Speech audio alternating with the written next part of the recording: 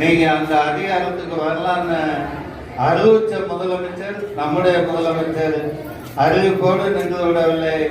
கடந்த நம்முடைய 27ஆம் தேதி நம்முடைய மாண்புமிகு துணை முதலமைச்சர் பிறந்த நாள் அன்று நம்முடைய மாற்றுத்திறனாளிகள் எல்லா பேரூராட்சிகளிலும், எல்லா நகராட்சிகளிலும், எல்லா மாநகராட்சிகளிலும் கவுன்சிலர்களாக பொறுப்பேற்க செய்தவர் நம்முடைய மாண்புமிகு முதலமைச்சர் தலைவர் தளபதி அவர்கள் என்பதை நீங்கள் எல்லாம் உணர்ந்து கொள்ள வேண்டும். நாளைக்கு பஞ்சாயத்துகளை நீங்க கேட்கலாம், நகராட்சியில மட்டும்தான் இந்த அதிகாரமான பஞ்சாயத்துகளையும் நாளைக்கு மாற்றுத்திறனாளிகள்லாம் கவுன்சிலர்களாக, ஊராட்சி மன்ற உறுப்பினர்களாக பொறுப்பேற்கக்கூடிய ஒரு சூழ்நிலையை, சட்டத்தை உருவாக்கி தந்துள்ளார் நம்முடைய முதலமைச்சர்.